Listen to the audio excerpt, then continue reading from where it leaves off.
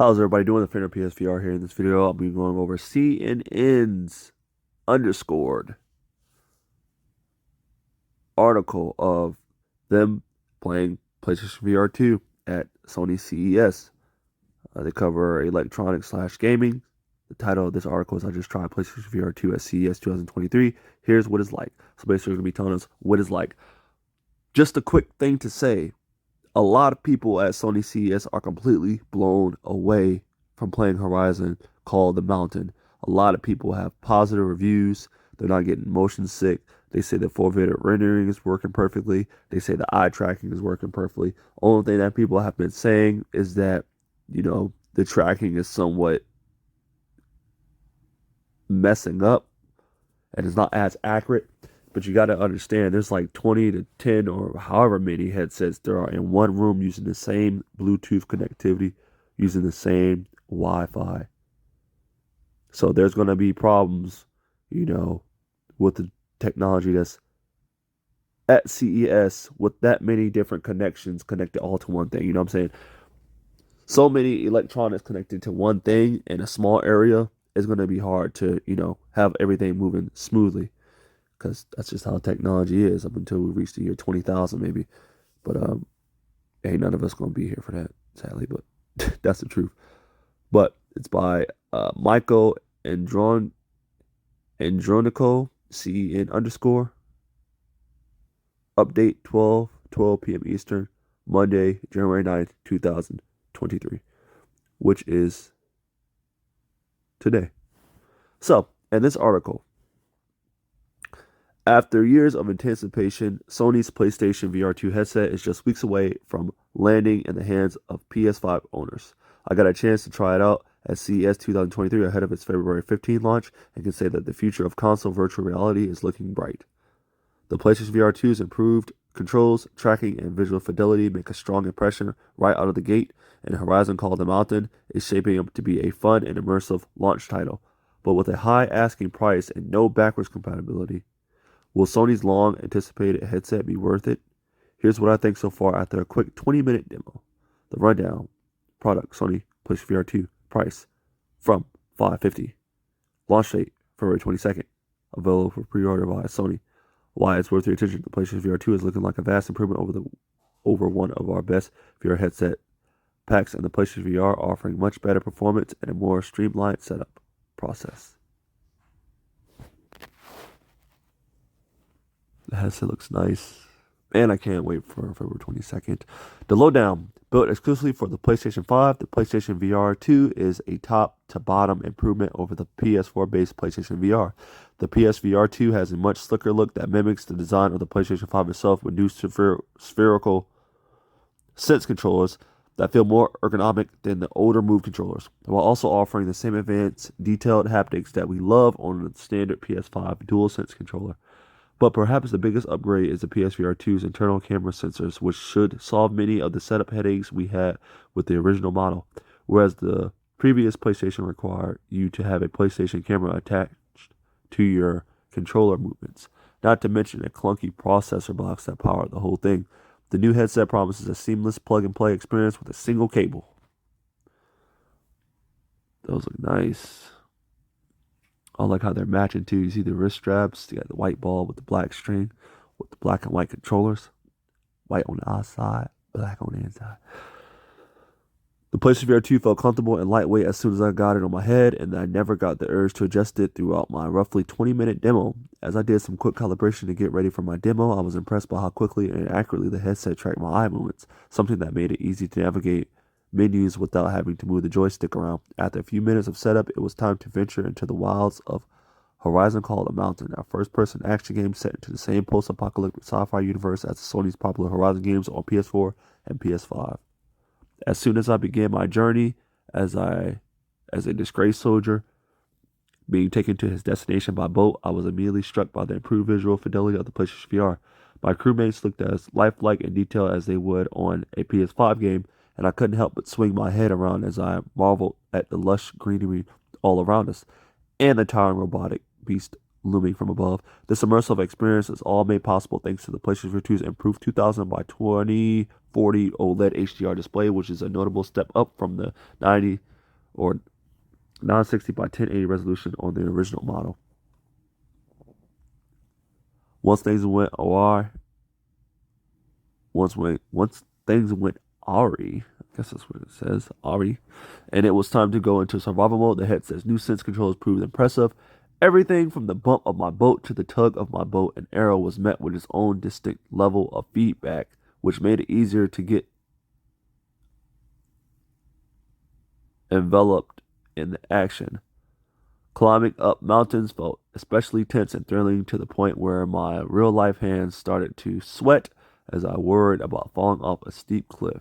Fortunately, the game and controller's hand tracking was accurate enough that I only made a few slips and thankfully didn't fall down in real life.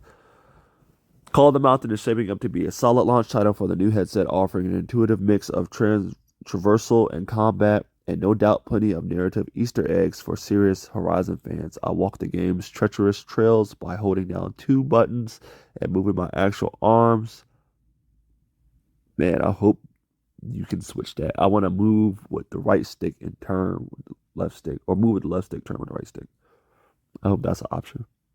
I don't want to hold no more buttons down like I do for PSVR 1. While holding down 2 buttons and moving my actual arms, those are probably the buttons that is on the edge of the controller, on the side of the controller. And moving my actual arms, probably L1 and R1, because I think R2 and L2 are the triggers on the controller. You also have the option to walk around via standard controller inputs if you don't feel like breaking a sweat. I also like how interactive everything in the environment was that I could pick up, play with, and toss every wooden box, piece of fruit, and random tambourine lying around the wasteland. My only real nitpick was the combat. While drawing my bow and slinging arrows felt intuitive, it took a while for me to accurately land shots. This was especially true during a big boss battle that required me to dodge and shoot on the fly, though I imagine it's the kind of thing I'll get used to after more game time. The takeaway. The PlayStation VR 2 makes a strong first impression, pumping out immersive 4K gameplay within a design that improves on its predecessor in just about every way. Horizon Call of the Mountain is shaping up to be a nice showpiece for the headset, and I'm eager to see how other titles like Resident Evil Village and Among Us VR runs on it. However, all of that power does not come cheap. The PSVR 2 starts at $550. There's also a $600 model, which includes Call of the Mountain, and requires you to own a $400 to $500 PS5. A console that's still not exactly easy to come by. The headset isn't backwards compatible with PSVR 1 games, though some titles will offer free upgrades to PSVR 2. Just name some titles: After the Fall, Song in the Smoke, Pistol Whip, No Man's Sky, Resident Evil Village, The Walking Dead Saints and Sinners. That's kind of a upgrade, though. You have to pay for that. Moss is a PS1 game that's coming to PS4 too, but you got to pay for that. Walking Dead Saints and Sinners, Retribution, Chapter 2, you have to pay for, but they're also going to make a remaster one for Chapter 1 for you to play on PSVR 2. But those are just some of the PSVR 1's games that's coming to PSVR 2 that I know off just top of my head. The headset is backwards compatible with PSVR 1 games, though some titles will offer free upgrades to the PSVR 2 version. And while the launch lineup looks somewhat promising, we can't wait to play Resident Evil Village and Gran Turismo 7 in VR. It also consists of lots of games that have been available on other headsets for quite a while, such as Star Wars, Tales from the Galaxy's Edge, which I can't wait to play. I'm going to pre-order as well, and Beat Saber, which is coming to PSVR 2 sometime after launch. Still, the PlayStation VR 2's promising performance and improved design alone have me excited to spend more time with it. We'll be putting it through its full paces closer to launch next month, so stay tuned for our in-depth review. I'm excited for Horizon Call of the Mountain. I have the $600 bundle as well as the charging station for my PlayStation VR 2 and my Sense controllers. So this will be the first game that I'll be showing y'all when it launches on February 22nd. I just got to wait for my system to get here. Hopefully, I can get it day one.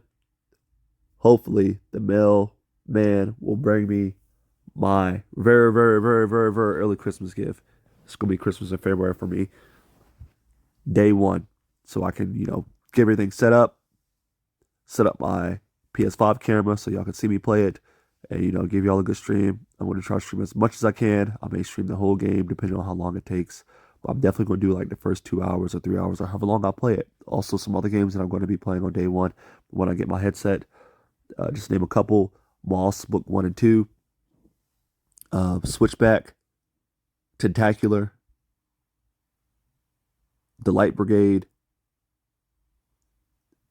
and I have some other games that I have pre-ordered already. So be looking out for that. I'm hoping they bring Astro Bot 2 Rescue Mission to PSVR 2. That'd be sweet.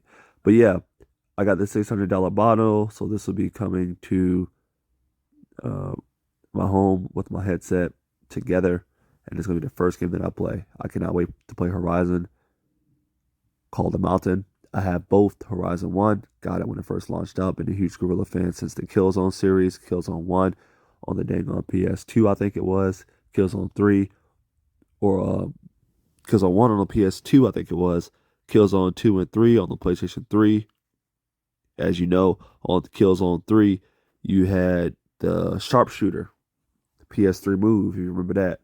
You had that, you can play that, motion gaming with the gun. I love that. I did that.